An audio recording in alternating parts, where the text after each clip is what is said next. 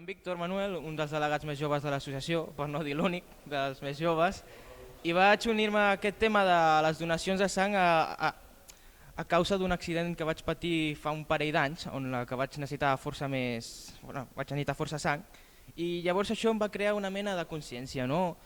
Vaig pensar, vale, està molt bé que ho faci la gent gran amb el seu temps lliure, jubilats i tal, però també és hora de que els joves agafem força i prenem aquesta iniciativa, no? Nosaltres tenim aquestes idees de futur que potser ara la gent que està actualment al càrrec no té o no es pot arribar a imaginar.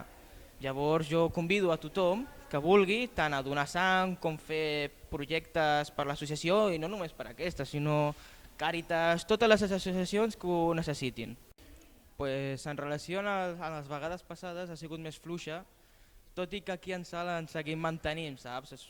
És força important la consciència que hem creat, tant començant per les escoles fins a les diferents comunitats que resideixen al municipi de Salt.